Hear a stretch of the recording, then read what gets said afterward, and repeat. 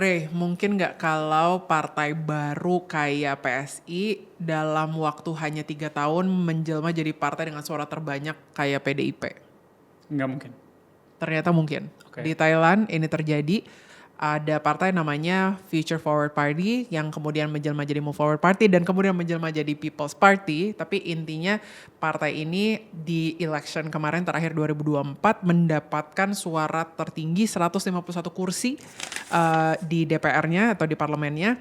Padahal sebelumnya berangkat dari cuma punya 50-an anggota partai di sana. Jadi hampir 300% tuh growth. Benar-benar jadi a force baru ya di politik Thailand. Dan kita hari ini akan ngobrol-ngobrol sama Pita Limjaroenrat. Correct. Yaitu ex-ketua umum Move Forward Party ini ya. Dan kita akan banyak bahas tentang reform-reform partai, legislatif, dan lain-lain di sana. Benar, dan nggak kayak partai-partai lain yang biasanya nggak punya peta jalan kebijakan yang jelas. Kun Pita ini atau Move Forward Party ini punya platform policy-nya gitu ya. Kalau nggak salah kalau cek website-nya itu ada 300-an ide kebijakan yang mau mereka ambil dan di summarize juga ya. Jadi 3 pilar. 3 pilar: demilitarisasi, demonopolisasi, dan desentralisasi ya. Yes.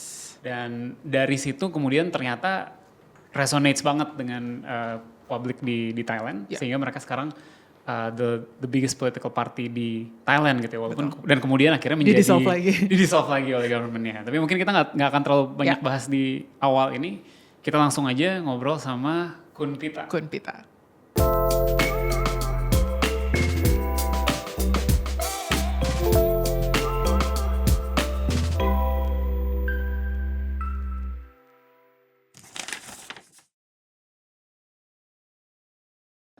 Welcome to the Reformist Podcast. In this very special episode, we have our first ever international guest to the Reformist Podcast.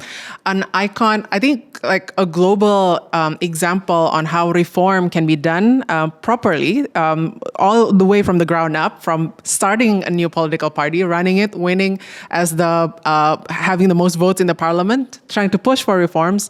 And then, as kind of like a badge at the end, also getting disbanded from politics. The Empire Strikes Back. The Empire Strikes Back. Pita. Selamat siang, Indonesia. My name is Pita from Thailand.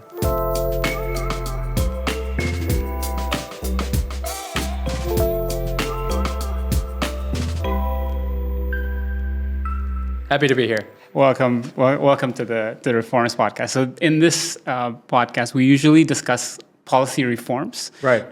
So our guests would explain about what they did and all that. But in this episode, I think there are lots of things that we can we can anything touch. you want, just ask me anything. Yeah.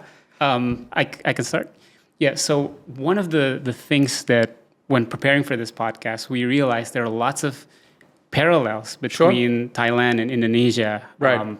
You guys campaigned on demilitarization, demonopolization and decentralization. So these are topics that are quite near and dear to Indonesia as well. Like there are lots of parallels to it. But maybe you could talk a bit about those. What were the main problems? Yes. So before I peel the onion, so that you get some saucy stuff, but I feel like ASEAN number 1 and ASEAN number 2, obviously a lot in parallels, but we don't know each other enough. Yeah.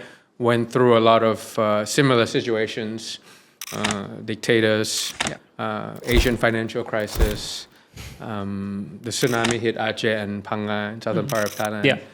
And also a lot of similarities in terms of our culture as well. But we don't know each other enough seriously. So I've been traveling here just trying to understand what's going on between the two countries in order to foster the ties between ASEAN number 1 and ASEAN number 3. But yes, there's a lot of things going on at the moment, both in our countries that are concerning, and we really got to work together. Yeah. So talking about some of these parallels, first, wealth inequalities. I know that Thailand and Indonesia are both in the, I think, 3rd or 4th of the most unequal countries in the world. We also have kind of a single metropolis situation where we have one big city, Bangkok and Jakarta, and then kind of very big disparity with the rest of the country.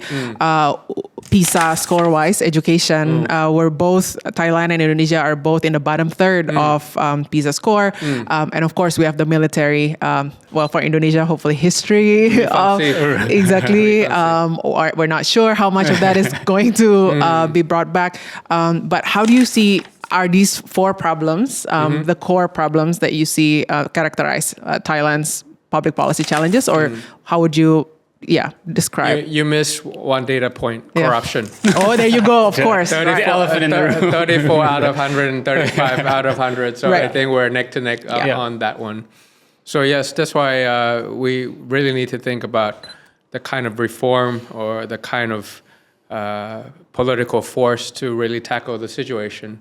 I mean, in Thailand, to be very precise, competitive autocracy.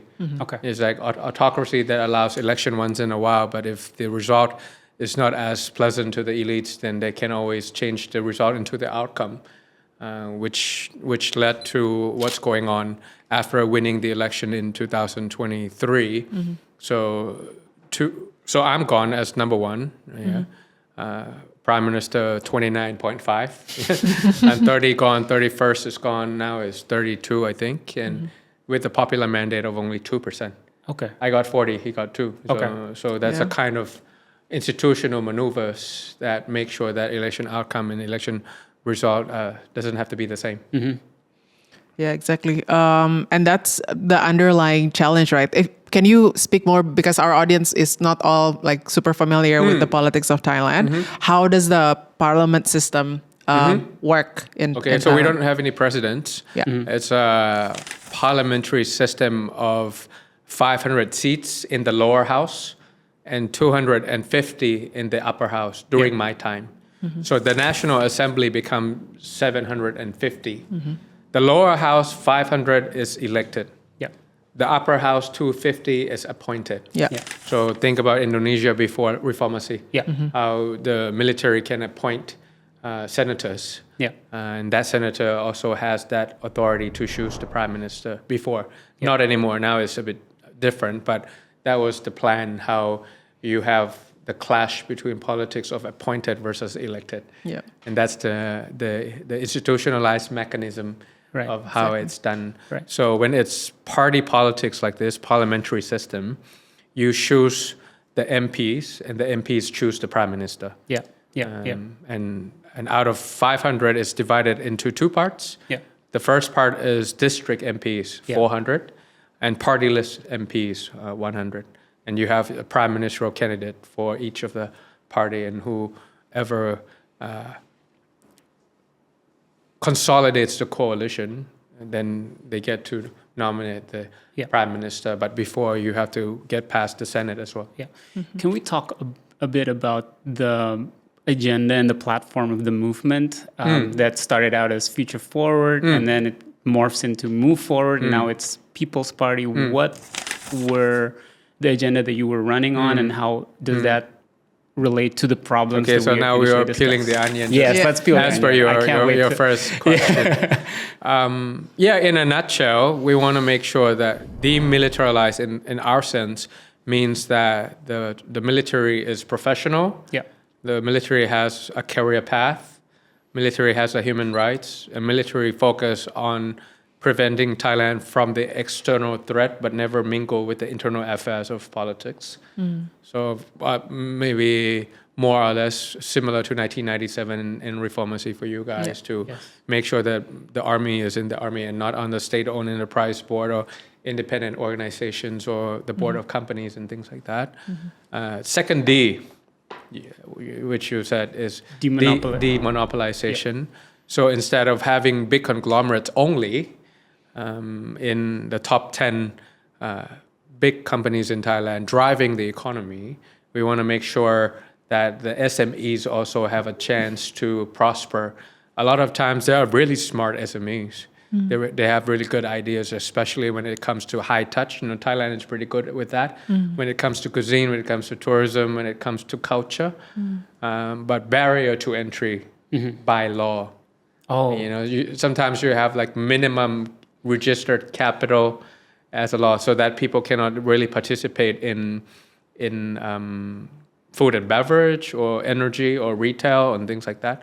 It is only preserved for the monopolies only. So we want to try to give options to the consumers as well as giving SMEs a chance to prosper in Thai economy as well, so that we can return to the times before the crisis where we were growing by about 5 to 6%. Now we're growing by like 1.8 to 2% only. The second slowest in ASEAN. So second largest, or maybe now third after Singapore. Let's say still second in the largest, second largest in ASEAN after you guys, but the second slowest.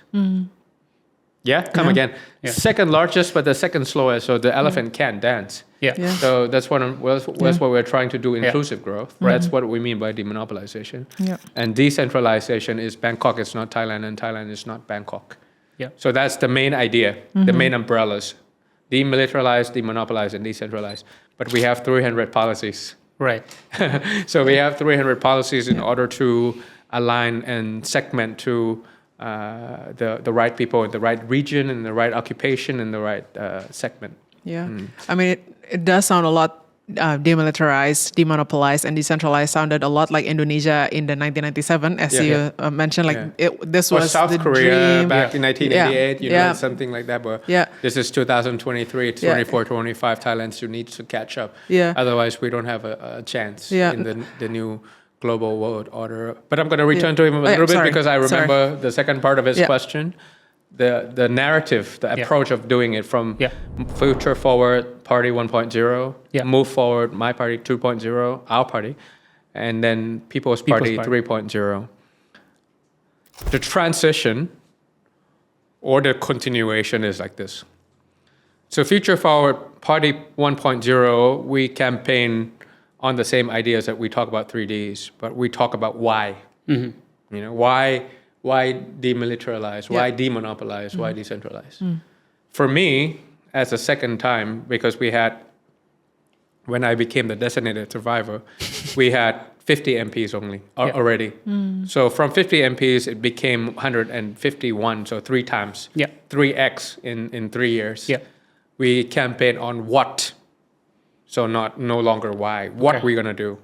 My last speech before the election date, I had a 100-day agenda of these are the things I would do without, you know, asking for more budget or asking for legislative power. This is Prime Minister authority to do this in the first 100 days. Within the first year, these are the things that I would do. It takes a year because I need to pass some laws before I can execute. These are the things I would do in 2 terms. If you give me a chance to become Prime Minister for 8 years, it's 4 years in Thailand. It's not 5 like you guys. So this is what I'm going to do. So we campaign on what? So going forward for the party 3.0 with the new leader now, they have to campaign with how and who. Okay. Yeah, so to answer your questions, why, what, how, who, with the same way of thinking, with the same narrative. But the main underlying platform of the 3Ds remain the same going forward. Yeah, no, that's an excellent way to put it because that's why I brought it back to Indonesia in 1997 because 25 something years later, I feel like we're pretty much back to, well, not that bad, but I think what we thought we managed to reform in 1998, we did not properly reform. It turns out we are seeing different forms of monopolization of power and economy. We are seeing the military coming back into some spaces in the past few years. But I think that's the entire and world. centralization. Yeah, you're right. You're right. That's exactly. backsliding. Exactly. So that's what's been happening, right? South Korea also experienced it last December. Yeah, exactly. And so when you say we all need to, is maybe like for Indonesia, then now it is time to go back to why, because it seems like people are actually forgetting why we need to demilitarize, decentralize, and demonopolize in Indonesia, right? Well, if you're talking about Gen Z, which is 7 million people here, they were born in 1997. So even maybe they didn't even know, or they were not accustomed to the kind of fight that you had to go through. So that's why the world is the way it is today, and backsliding is happening all around the world. But from what I read from afar, from Boston or Bangkok, and resilience are doing its work. I mean, the people going out, and finally the budget, was taken away. The allowance to the MP was stopped, and some cabinet reshuffle and things like that. So I think the civil society here is working. Yeah, It's exactly. working more or less with a lot of sacrifice from the people, obviously. I'm quite curious on how you got the message to the constituents, to the people, that these are the three main problems and why you should vote for us. And they actually listen and they actually relate with those. Okay. Peeling the onion for you again. Yeah. It's his secret sauce, by the way. On air, on ground, on site, on net. Okay. So yes, you have to be on the ground talking to people, and a lot of campaign route management kind of thing. Obviously, you have to be on air, on podcasts and newspaper and TV shows and radios. You have to be on site. If you're pro-labor and you don't go to factories, if you're pro-public health and you don't go to hospitals, if you want to talk about education reform but you don't go to schools or universities, you can't do it. And on-net is the last one. On-net is TikTok and social media and X and Bluebird and Be Real and all these things. A lot of people, especially if they're older than us, they might feel like a lot of candidates around the world, including here, no, he doesn't know anything. He's just good at social media. That's really the tip of the iceberg. When you strategize and when you operationalize, and when you think about campaign management and communication be only a subunit of it, and the communication itself it's a blend or an art form of synergizing on ground, on air, on net, and on site. So important stuff. So before I appear, obviously I use the social media or a television interview to say that I'm going to appear here and we're going to be speaking about this. Once I speak or once I appear, that's when TikTok Live, Facebook Live, and all the media will be prepped to be there so that I could communicate and send my messages. Yeah. After all the incident happened, then I summarize what happened. So pre-event, during event, post-event communication is like that. So pretty much the framework of 4 Ons and the value chain of communication, pre, during, post. If it becomes a matrix and you do that, and then that's how you get the message across. Never told anyone except you. Of course, my study groups in Harvard, obviously. Right, so that's like the secret sauce for Indonesian political party leaders. Political communication should be like this. Yeah. Especially when you don't have a lot of money and you don't own a media company by yourself as a politician. I want to link my earlier question to Ray's question on political communication. I think when you say that part of the Gen Zs are moving, the civil society is moving, and we are part of kind of that as well. But there is kind of this, like class, maybe not divide per se, but there are different layers of the society that are moving and some other layers that are not yet moving, right? And you can look at these layers in terms of generations, but you can also look at these layers in terms of socioeconomic layers. Okay. Those with more privilege, less privilege, and so on and so forth. Okay. Historical books will tell us that the young privileged Indonesians in the past were the movers, but how they managed to be successful in bringing about change is that they work as well, like they work together with the rest of the country, right? They were able to mobilize the farmers, the broader kind of Indonesians without privilege, and so on and so forth. And that remains a gap that I see in like today's movement, both in terms of like across generations, across socioeconomic class. There's different layers that are not yet kind of mobilized together.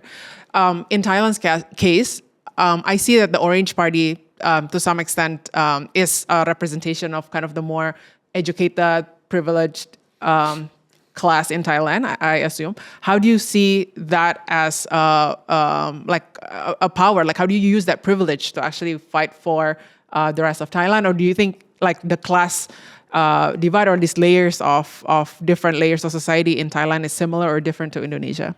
It's not true. Because if it's true, only the middle class or the educated, we shouldn't get 40% of the votes. Right. Our platform is quite inclusive. Yeah. Whether it's urban, rural, old, or young. Exactly. So But that's why. How do you manage to do that? So the color orange is coincidence. It's coincidental, but it's also by design in a way that Thailand was very divided back 20 years ago with the yellow shirt and the red shirt. Yep. And the red is more rural, Right. red is Right. more grassroots, yellow is more technocrat and it's more elite. But the thing is, we understand that actually with the socioeconomy and things like that, obviously the different struggle, but they also have different hot buttons. Yeah. For the rural grassroots people, obviously the hardship, the suppression, but they care so much about justice and double standards. That's what they care about. Obviously economic benefits and things like that is important, but they feel like justice and fairness is important to them. No double standards, no privilege, no elite bargaining to them. For the yellow shirt, more well-off, more educated, more technocratic, corruption. They despise corruption. Obviously, they are more well-off, and so they don't care so much about the economic benefits and things like that, but they feel like corruption is something that is not for them. So we combine both. A political party that tackles both double standard and corruption and fairness at the same time. It's not so much of a difference. It's just the same ball, looking from a different angle. Yeah. That's brilliant. So that's why we managed to capture one of the youngest regions, landslide. Phuket was about, the average age is probably 42, 43, still not the youngest. The border of Malaysia is the youngest district. And also the oldest, maybe 1 out of 4 people is above retirement age. We also won. Wow. Bangkok, the entire Bangkok, obviously. Wow. So we are a party of rurals. We are a party of urbanites. That's how you get 40%. Because if you are only too liberal, or if you're too pro-business or pro-poor, you cannot do this. Yeah, that's And hence excellent. the color orange, because it's red and yellow. It's coincidental. Orange represents energy and represents freedom if you are into chakra meditation and things like that. But it happens to be the colors that red and yellow mixed together. That's all. No, that's brilliant. And now in any other countries, I don't know about Indonesia, but South Korea presidential candidate had an orange. Japan first also has orange. So I think nothing related, but our more religious party is orange now. Yeah, in Indonesia, orange is the color of more religious. No, but that was exactly the point of my question, is like how the Orange Party really managed to kind of combine work with both the middle class and the working rural class as well. And my next question is, actually, I was looking at your 300 policy platform, and it was so fascinating because from an economic policy standpoint, usually you would have kind of the more market-oriented types of reform and the more, I guess, like social protection types of reform, right? But you have both. It's kind of like you have the cradle to grave, is it? The cradle to grave social protection social plan, welfare? the social welfare plan. But at the same time, you're also working towards kind of like market-based reforms, right? As you say, like demonopolizing is lowering the barrier for more investment, but also the small MSMEs to grow and so on. And I'm just realizing as I was reading through it, right? It's possible. Like when in the US, that's kind of like the end of the debates usually, right? Like you're like the liberal fighting for the social welfare policy, or you're more pro-market. But in reality, in many places, maybe in Southeast Asia, not just Thailand and Indonesia, you're still kind of putting the basics, like you need the basic social welfare and the basic market mechanism to work at the same time. You need to grow the pie and growth and protection. We would define my leadership during the time is like ideological, pragmatic. It's not just ideology, or it's not just pragmatism, but how do you combine both to finally deliver results? Yeah. And I think at this part of our podcast, the reformists, we're starting to talk about reform. Yeah. To us, when we thought about the election or the policy design, we figured out that there's many types of reform in order to make change happen. And, to come up with fragmented policies of 300, but can be explained into 3Ds. Yeah. Yeah, that was and absolutely then brilliant. and then when I go campaign on any region or any class or any particular group, I can pick 2 or 3 policies out of that library. Because in the beginning I was like, okay, 300 fragmented policies is too much. And then I was trying to find a way to communicate and talk to my team. And then finally, if we go up north to a rural area, then we pick 3 signature policies. If we go down south, then we pick another one. So it's more like segmented or hyper-local. Hyper-local. That's another secret sauce. Yeah. So we become very hyper-local in terms of strategic and operational reform. But what makes it more credible to the audiences is the financial reform and the legal reform. So we back it up with, whoever, anybody can talk about policies. Probably politicians use ChatGPT to come with policies or copy from another country and finally say, okay, we're going to do this. Or our competitors, sometimes they probably want to copy and say the same thing as us. But what differentiates a good politician, a pragmatic politician, principled pragmatism, or pragmatically principled, and anywhere you I like that. is that you talk about reform in the sense of what to do, why you're doing it, and how usually you have legal barrier or financial barrier. Of course, you have many resistance in many other forms, but if you can't really say that you're going to do this and it requires this much money, and you're going to do it by which way are you going to raise the money to do it? Because if you are going to tax the poor to do something like this, it's going to be a political disaster.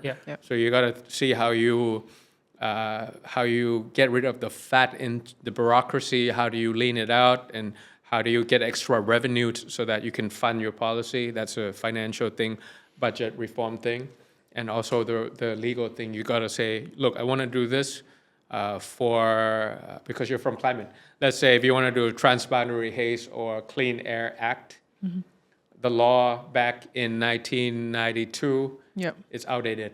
So we got to reform the law first to give autonomy to someone to take care of industrial transportation or agricultural burning. To give you a concrete result. So when we say we're going to make sure that the right to breathe in Thailand a reality, we tell them what to do and what kind of budget is needed and what kind of legal reform is needed. Right. So a lot of times when because now I'm in education, I'm an educator and academia, and a lot of people, when they talk about reform, and they usually stick with one thing, but it's not a holistic package that people can say, okay, this is the change I can believe in. The change I can believe in. That's Obama coded, right? I want okay, maybe the change that is tangible enough. The change that is tangible. I was wondering, how does that translate into your internal party structure? Because I assume you would then need the kind of the technocrats, the problem solvers, so like who maps out the policy platform and so on and so forth, who are sometimes not necessarily the best politicians or like politicians in terms of like selling it to the people. I assume you have both. Like, how do you make sure that they work together? Because I think in Indonesia's case, many parties lean towards having more politicians who are not necessarily backed by like very strong policy. That's what kept me awake at night, That's the hardest part of managing a political party. I used to fly here to Jakarta a lot, just to keep the conversation light a little bit before it gets harder. I used to be a consultant. A management consultant working for Boston Consulting Group, and I was a bit, put on state-owned enterprises, energy. So Statoil in Norway, Petrobras in Brazil, benchmarking with the Taiwan, Petronas in Malaysia, and Pertamina here.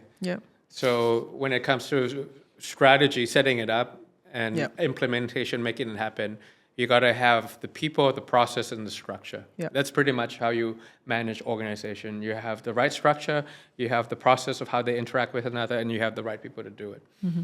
So yes, I was doing that benchmarking and organizing in a large conglomerate and large companies, but when it comes to managing a political party, it's a different world game. You can't fire and hire and have KPIs. They don't work for you. You cannot do a expectation management or benchmarking. Performance review.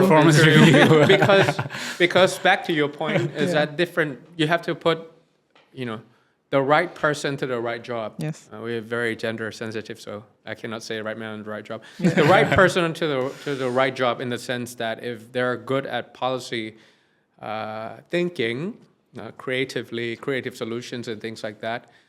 There's a group of that, not that many that you would think. We have a think tank called Think Forward Center. As a think tank, that is something that is more radical, something that might not be political ready, but you think ahead of our policy team. And then we have a lot of volunteers. So in energy, in education, in culture, soft power, in city management, in environment. So we have a lot of civil society and CSO to help us think about what the issues is and what are the alternatives and why, what the pros and cons of the alternatives and why we pick this kind of policies and things like that. But you need a lot of grassroots, hyper-local facility in each of the small towns and volunteer managers, which is a totally different person. Someone who's like people person, someone who's more towards policy person and things like that. And how do you avoid, how do you have internal audit, check and balance internally? Right. How do you avoid centralization yourself? Exactly. How do you avoid clash from the locals to the party leadership? How do you decide district MP candidates, within West Java, and then you have 6 candidates lining up for you, and how do you decide which one is which, and how do you make sure that I don't veto it? Otherwise, if they pick someone, but I want to veto it, and that's when the clash from the heart of the party and also the peripheral of the party happen. So it's a different thing that even if I went to a public policy school, I went to Harvard Kennedy School on these things, how to run for public office and what makes a good politician and things like that. It's something that you have to do it yourself in order to come up with. You got to be able to think on your feet and have some impromptus all the time, managing a political party. And the most important thing is you got to institutionalize it, especially in Thai politics where parties get dissolved and politicians get banned a lot. It's been going on for the past 20 years. You have to institutionalize the party management rather than individualized.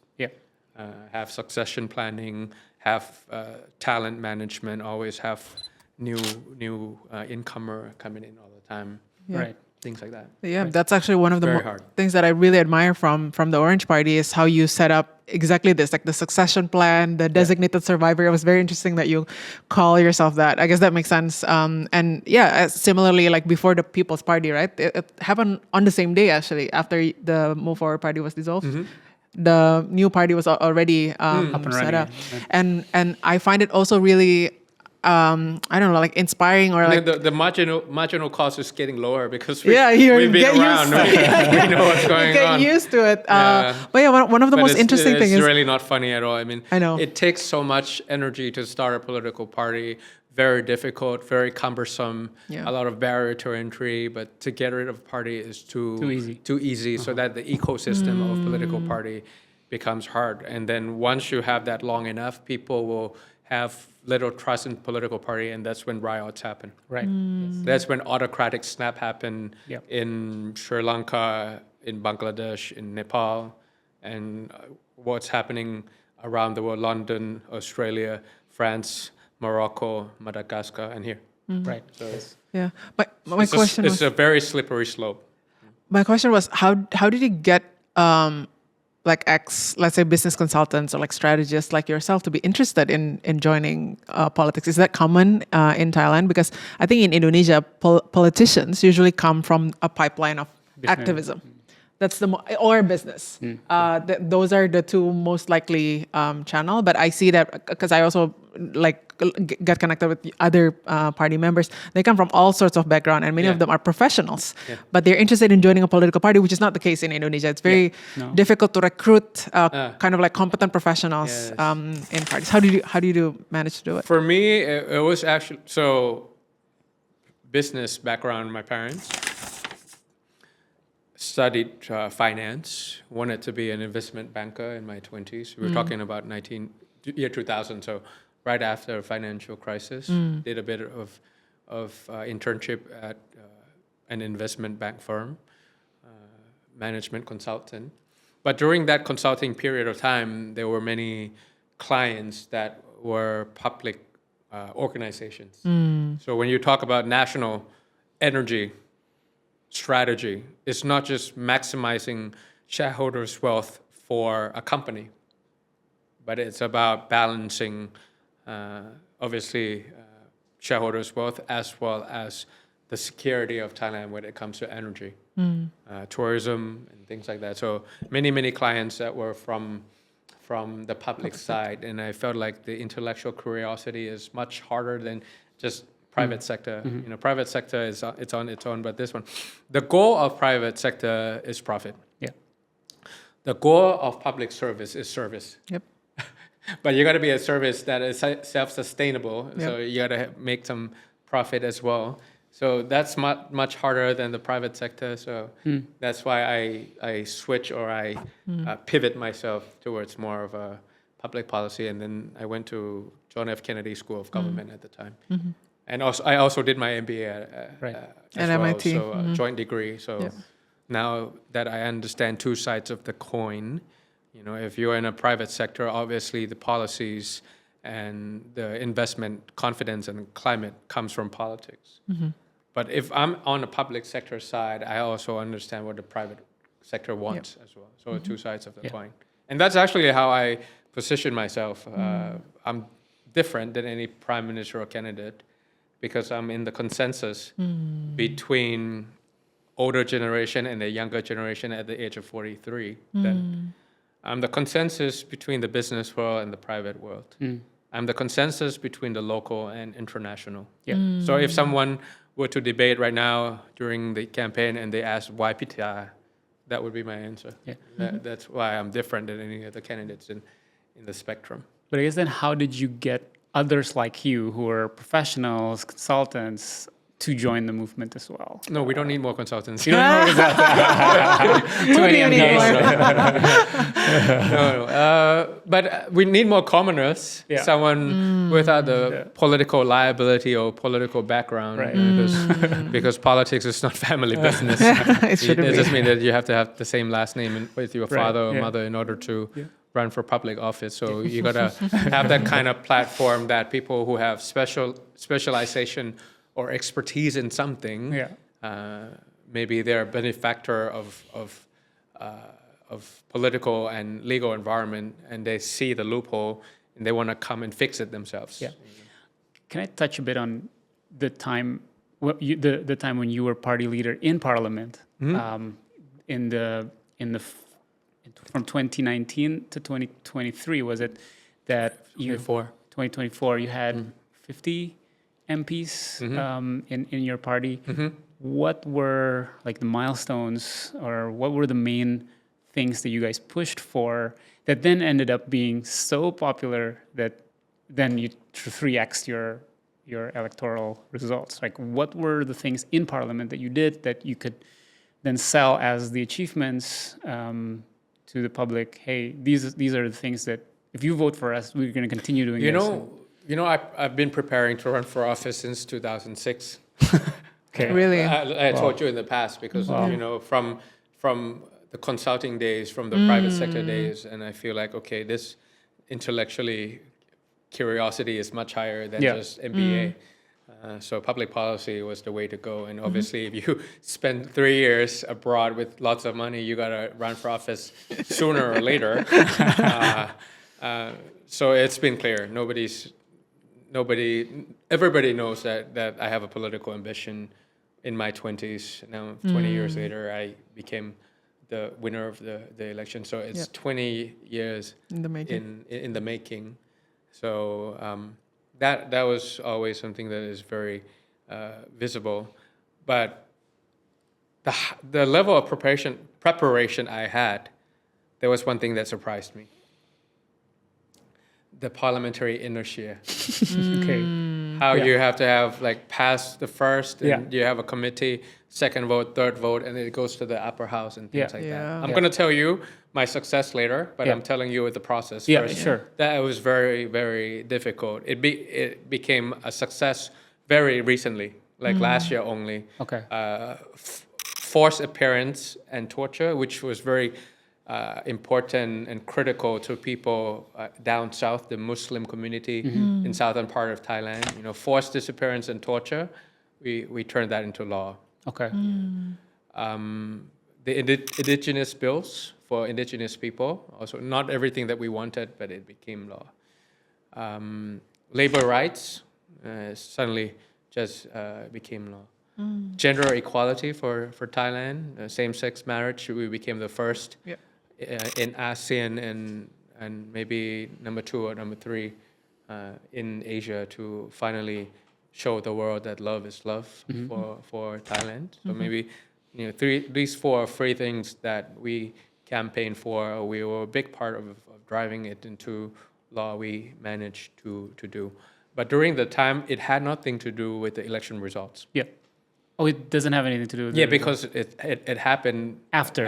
Oh, right. When you want to pass something because of the inertia, it takes like 3-4 years for it to become law and things like this. But gender equality, labor rights, indigenous rights, the human rights in terms of forced disappearance and torture, and these are the things that we stood for, and finally it became law in Thailand. Not everything that we wanted, just to be clear, but still it improved. Yeah. But in order to go 3x, that was the essence of your question, it's really just about campaign management. Campaign management in the sense that you have to be very sincere in what you want to do, have that kind of dignity and fairness so that it becomes part of your DNA and show up all the time. While your competitors might not show up for debate, we do. And we rally and the secret sauce, which I told What Is Up Indonesia, but I'm gonna have to. I try not to repeat, but again, it's precision politics. So with the limited resources that we have, because we don't take money from large companies. You want to demonopolize, you're not going to be able, no monopoly is going to give you money. so it's not going to be like any other party. So we are very limited on the financials, and we appreciate it. We like it because our political autonomy will be there. If you take money from lobbyists and conglomerates, they will tell you what to vote. They will tell you what to say. But if it's from retail donation, which like $15 per donation on average, you will have a political autonomy in order to serve the people. You report to the people. You don't report to the people above you. So that requires precision in the way you do it. You cannot just throw money around. You cannot just throw around, or you cannot just water the plant all over the place. But it doesn't sink into the soil deep. It's like superficial. So that's why you got to strategize and segment and precisely the winnable or the probability, assign probability to win in each of the district, and you focus on it. Yeah. So it's about strategy and execution. To our audience, you grow 3x. Right. Exactly. So to our audience who's not following, it's basically going from 50 MPs to 151 in 3 years. In 3 years, and that's almost like in Indonesia's case, it would be like if PSI, which is the youth party at the beginning, became PDIP, which is like the main political party to be number one. And that's huge. And so I want to speak a bit now to the compromises or the parliamentary inertia, as you name it, right? So it's one thing to be able to independently win office, that you don't owe like any businessman outside to like continue. But I'm sure internally to pass these like really great laws, it seems like on the forced disappearance, labor rights, indigenous rights, gender and same-sex marriage. What kind of compromises? What was the general strategy that you used to also convince other MPs? Because even though you're the winner, the party has like a big chunk of votes, you still need to work with the other MPs. Not a lot. We campaign outside. So we campaign a lot outside. And you got to give credit to the civil society who's been fighting for this for a very long time. Gender equality, 40 years, 30-something years. They've been asking for the right to love for a very long time in Thailand, regardless of sex. So, they've been fighting for a very long time. We help them campaign, they help campaign. So finally, even if the most conservative politician they get a lot of letters and they get a lot of Facebook messages and saying, you know, this is important to me, this is important to the country. If we want diversity to be the soft power of the country, we got to be authentic and we got to pass this law. Obviously, you use the parliamentary system to debate and speak, and it's being televised all over the world, but you got to be on the ground with the people and making sure that, you know, it's not okay for the southern part of Thailand to be under such fear of torture and forced disappearance, and this has to stop.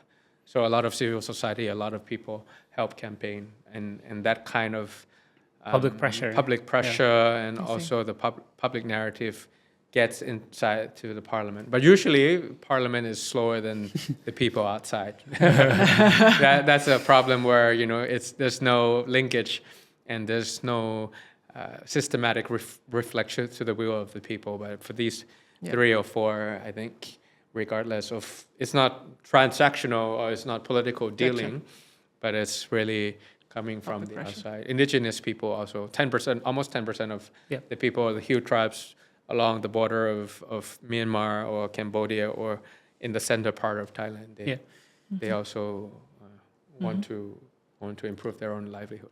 Yeah. I want to ask. We're just the platform. Yeah. Right. I want to ask a bit about the thing that ended up being the excuse for the government to dissolve the party. The elephant in the room. The elephant in the room, and that is the push towards ending the less majest or Article 1. Not correct. Not correct. Oh, So that's not correct. you can correct the record. Attempted amendment of a criminal code. Attempted amendment of criminal code 112. Right. 112. To be Exactly. academically and principally correct. Yeah. And my question would be, So not to end. right, We were trying to find the proportionality right, between freedom of speech and protection of the head of the state right. in a constitutional Yeah. monarchy. And we want to make sure that the conversation about such a revered, sensitive subject is done with transparency, with monitoring, and with code of conduct inside the parliament, where vote decides. So I cannot monopolize my views. Right. Neither do the conservatives, but we have to reason and with maturity inside a parliamentary system. So attempted amendment of a criminal code 112. Attempted in the sense that we never got a chance to even pass it into a parliamentary hearing. I guess my question would be, why is it so important for you guys to push for those, given understanding the sensitivity of the issue and a lot of the other things that the risks, the very high risks. Is very high and ended up happening. Why was it very important? We're not the first who had done it. Right. Back in 2010, 2011, it was a conservative government by another prime minister.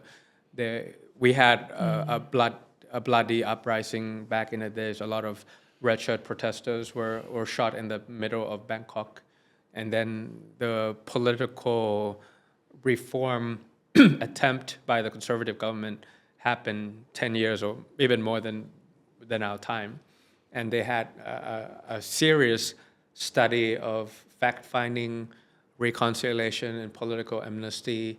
And it was advised by those committee, by the conservative government, that amendment might be required for the revered institution of monarchy to be above politics. Otherwise, they cannot stand UN periodical review saying that our beloved king is involved in politics, which is not true. I mean, I can say it with my personal opinion. I've never been contacted or anything like related. The king is above politics and very revered institution.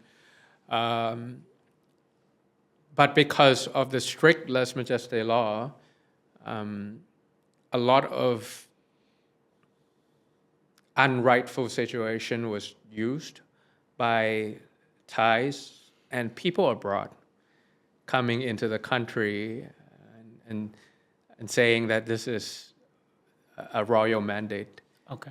And it becomes a corruption and things like that. So we are trying to say, if you want to protect the institution, maybe we need to find the right proportion between freedom of speech and protection of the head of the state. Otherwise, people will take advantage of this and do a lot of. We've seen many corruption cases that prevented transparency or prevented check and balance by the parliament by citing the Royal Highness mandate project. So those are the things that we've seen other Thais or foreigners utilize the monarchy for their own benefit, for their own gain. So that's why we felt like it was something not new. It was not abolishing, which is not the case. Yeah. It doesn't respect Thai tradition of how we arrived to become Thailand today. And we feel like the common ground or the middle path for this is to use the parliamentary system to discuss with respect, utmost respect and maturity. But the elites or the independent organizations, constitutional court, I know Indonesia also has one, appointed, some directly appointed by the military after the coup or indirectly appointed by the Senate, accuse us of our goodwill of that effort to find that kind of proportionality to be treasonous. Okay. So, which is something that they used to dissolve political parties in all the the past. All right. All the time. So that became what it is. So I guess that's they prove you right that this is a dangerous territory that could be used in those ways, right? To stifle opposition. Yes, I think the space is shrinking, but I think it's still, if you explain enough and you try to have a dialogue rather than polarization with the people involved, I think we as Thais can finally find a common ground going forward. Yeah, we find it really courageous, actually, what you have been trying to do. I know it's not, as you said, it's maybe not the first time, but the fact that you keep doing it, knowing well what the risks are, gave us here in Indonesia like a big inspiration as well to start questioning things that we never even assumed can be reformed, including the political party law, the law on elections. There's a group of civil society who has been trying to push for like a more fundamental political reform through some of these laws that in our mind is impossible to change, because right now the ruling parties do not want the reform because it benefits them, right? So even thinking about daring ourselves to think about it, like for me especially, like it started out from hearing or reading what's been happening in your party. So thank you for that. And I guess Final. Yeah. We've been speaking for about 40 minutes. Thank you so much for your time. Maybe on this note of how do you, what's your message to, I guess, like policy professionals who are watching this video, working from either within the ministries. Some of our viewers are staff to ministers, are working in their local governments, are working for a political party and whatnot. And everyone in the past year is feeling very pessimistic, I think, about what's possible, looking at the trends and like the demonstration that come one after another. How do you, I know it sounds very kind of like cheesy, but like, how do you keep hope and optimism? It might not apply to the audience, but for me, young people are like my power bank, full of creativity, full of energy, full of ideas. Getting out of parliament and get to work with the younger generation, I feel like, oh my God, these people are so really good. It's just they lack the opportunity or they lack the platform to join politics. And everywhere I go, everywhere I travel, including Jakarta, when I meet the Thai students or the Thai community working here in Boston, in Copenhagen, in Sydney, in South Korea, I feel like they care about politics and they wanted to get involved. So I want to be that kind of bridge for them. For the first part of your question to the Indonesian policymakers, I feel like it's time for us to synergize. I mean, Indonesia is number one, Thailand's number two. Yeah. A lot of things, if we synergize and work together more, we become that central part of ASEAN, especially if you synergize with the rest of the ASEAN, or at least the first 5 founding members, to finally make sure that ASEAN is relevant to the younger generation and credible. Of course, I'm here for the foreign policy community of Indonesia, and we were talking about 6 decades of ASEAN centrality and unity. That's what got us here. That's the economic growth that we had experienced 60 years ago. Some of our countries were colonized, and now the GDP of our country is larger than those countries that colonized us. In Asia, at least. I don't know about ASEAN, but in Asia, I'm thinking maybe British or UK and India, for example. So the economic fruition for the past 60 years of being a bloc, or the peace dividend that was relatively stable after the Bangkok Declaration or the Bangkok signage in 1967 or something like that. I can't remember. But that was the unity and the centrality that we had. But for ASEAN to matter in the next 60 years, centrality, unity will be there, but credibility and relevancy is something that you have to add. And if the top 2 countries in ASEAN don't start working together on things that matter to people, transboundary haze, cyber scam, that affect people in Jakarta and Bangkok and Singapore and KL and Manila. Those are the things that once you do something and people feel like, okay, I like to be part of ASEAN because it's relevant to my life. It's the air I breathe, it's the money I hold in my phone.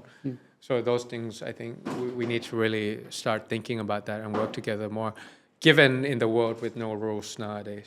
I mean, the rest of the world is either too divided or too distracted. So I think ASEAN must step up. Yeah, no, thank you so much. I do think ASEAN is kind of the, like a new melting pot for more of these reforms at the regional level. We always dream of having a think policy in Thailand as well, as like a sister organization. And as you said, I think there are many rooms for collaboration. Climate change obviously is like a space that require and whatever we do in Bangkok end up in Indonesia. Exactly. A lot of the cars here. Vice versa, whatever you burn end up in southern part of Thailand. I think most of the cars here are assembled in Bangkok, right? In Thailand. Things like that. So it doesn't matter, but you got to find something in the common ground. Split the differences, find the common ground, have some quick wins in 2 or 3 years so that your younger people say like, okay, I feel relevant to ASEAN. Kun Pita, thank you so much for your time. To our audience, if you'd like to learn more about what happened in Thailand, I actually recommend 2.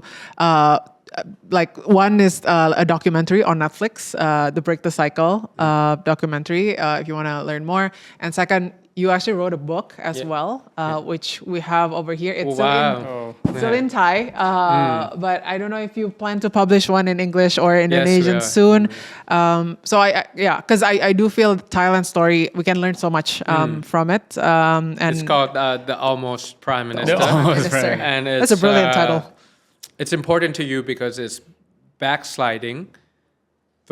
democratic backsliding through a Thai example.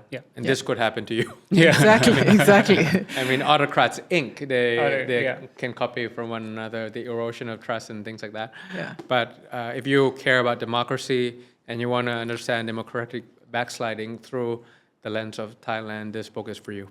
Yeah, there you go. So wait for the English version or the Bahasa version soon. And thank you so much. We look forward to see what you will do in 10 years. 10 years. So once 9 you're years. back in 9 more years. I appreciate your time.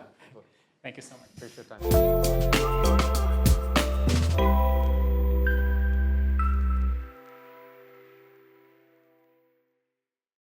Okay, what are your takeaways? Satu, si principled pragmatism ini menarik banget dan menurut gue secara gue sadari atau enggak juga kayak that's what or how we've been doing things gitu kan, dalam arti lo berprinsip dalam tujuannya. Jadi misalnya tadi si demilitarisasi itu tuh tetap sama dan makanya misalnya Pita nggak mau terlalu nggak mau ada hubungan keterkaitan sama establishment secara pendanaan dan sebagainya, itu kan bagian dari prinsipalnya. Tapi dalam kayak nyari ruang policy window-nya di mana lo bisa bergerak, tetap diperlukan a certain degree of pragmatism to get things done gitu. Tadi ada salah satu contohnya buat yang kayak economic policy gitu, nggak usah terlalu kaku di ideologinya kayak harus kiri banget, harus kanan apa gitu. Tapi actually look at the problem, ya udah apa solusi yang lagi dibutuhin at that given time. Kalau butuh social welfare, social protection type of policies, gas. Tapi pasarnya masih perlu dirapihin juga gitu, kayak less about ideology. Yes. Itu yang pertama. Gua one of the main takeaways adalah tentang political communication-nya dia ya. Tadi dia cerita banyak soal itu dan kayaknya cukup menarik bahwa kayak ini partai yang isinya orang-orang professionals gitu. You wouldn't think bakal bisa resonate dengan voters-voters yang mungkin rural, yang mungkin petani dan lain-lain. Tapi somehow mereka bisa, karena tanpa itu nggak bisa dapat segitu banyak suara kan. Dan tadi yang dia cerita bagaimana mereka punya 300 policy ideas yang mereka kemudian bisa pick and choose ketika ngobrol sama siapa dan apa yang paling cocok buat didengarkan oleh si kelompok ini gitu. Walaupun at the same time mereka semua policy itu tetap relate ke si 3 poin utama tadi juga gitu. Jadi bukan kayak gue ngomong ke lu bilang apa, ke orang lain bilang apa, enggak. Tapi ini cuman kayak mana policies yang paling nyambung sama siapa, paling nyambung sama siapa. And I think itu something yang menarik juga sih. Benar, dan itu pasti berhubungan ke ini ya, having the right kind of talents, mix of talents di dalam partainya. Karena gue asumsikan kayak tadi dia bilang ya, ada yang bertugas lebih ke think tank atau kayak policy advisory analisisnya gitu kan, untuk bisa punya 300 kebijakan yang lengkap dan di package dengan baik juga gitu kan. Pasti ada orang-orang itunya, tapi juga mereka butuh politisinya. Belum lagi karena cara kerjanya politik di Thailand ini tiap berapa tahun di-dissolve kalau melawan rezim gitu kan, harus udah ready untuk, bahkan tadi dia bilang ada designated survivornya kan, ini kayak the next ketum itu udah pasti bakal di-exile, jadi udah nyiapin ketum selanjutnya. Dan dalam talent management kalau lo ngomongin startup atau perusahaan gitu, itu kan talent acquisition tuh nyarinya yang bertalenta untuk ngomongin substance itu aja susah. Abis itu sekarang harus turnovernya cepet, bukan gara-gara lu, tapi turnovernya cepet gara-gara pemerintah juga gitu. Jadi itu menarik sih gimana dia mendapatkan the right individual. Sama berhubungan sama manajemen dalam partai tadi tuh yang juga dibahas tuh desentralisasi ini ya. Maksudnya kalau di Indonesia dengan segala ketum centralized decision making ini, kayak tadi Pita bikin beberapa poin tentang dia juga berusaha untuk nggak kayak tetap ada yang dia bilang tadi MP di periferi yang bisa punya otonominya sendiri, punya mungkin preferensi politik atau sebagainya. Terus dia sebagai ketum tetap ada kayak leadership, tapi nggak boleh terlalu kayak megangin banget. Whereas kalau di Indonesia kan sebenarnya secara de facto basically very centralized fraksi based decision making gitu, atau voting lah gitu. Yes. Terus another point agak unrelated tapi yang gue cukup impressed juga bahwa kayak mereka really think of the 5W-nya. Oh ya, itu bagus banget. Ini ya, 5W-nya apa sih mereka mau lakukan gitu. Jadi mulai dari why-nya, terus next-nya tuh kita mau bikin apanya, terus gimananya. Jadi 5W1H-nya ini bener-bener orang jadi tahu gitu, Move Forward Party ini what they stand for, mereka mau ngapain gitu. Whereas banyak partai-partai lain yang kita tahu mungkin ya pokoknya mau berkuasa aja gitu kan. Kalau ini mereka bener-bener jelas. Jadi makanya mereka juga nggak depend on individuals. Ketika misalnya dia tiba-tiba di-dissolve dan dia kemudian si Pita ini dilarang bersaing ya selama 10 tahun, ya udah ganti aja berikutnya. It doesn't matter siapa ketuanya karena mereka stands for something gitu. Ya, dalam 5W tadi juga dia clear banget, harus sequence-nya tuh matter ya. Jadi sebelum lo jualan how, lo harus jualan why dulu. Gak bisa jualan how karena belum tentu orang sold on ini tuh penting gitu. Jadi untuk misalnya untuk ngejual demonopolisasi, lo harus jelasin dulu apa sih kenapa emangnya barrier to market ini apa gitu, harus lo jelasin. Nah terus berhubungan dengan ini tadi yang juga disebut oleh Pita kan tentang civil society dan pressure dari luar. Nah ini juga gak kalah penting gitu, gimana untuk seorang politisi pun harus paham kayak kesempatan dari pressure dari luar. Misalnya lu punya agenda reform, mungkin lu sendiri nggak punya lu nggak bisa create pressure dari dalam cukup karena mungkin social capital lu, political capital lu terbatas. Tapi sebenarnya memahami kolaborasi sama civil society di luar atau kayak nge-create pressure itu kayak gimana sampai bisa ngedorong tadi beberapa progresif laws yang udah lolos ya, termasuk labor rights, terus juga gender dan sebagainya. Yes. I think that's itu it. Semua ya. Yeah. Alright, I hope you enjoy this episode as much as we do, karena ya seru aja sih, maksudnya benar-benar dari pelaku langsung gitu ya, dan mudah-mudahan di Indonesia ada yang terinspirasi ya. Ada yang terinspirasi ya, partai lain ya yang terinspirasi. Yes. Gitu Itu aja I guess ya, and see you on the next reform.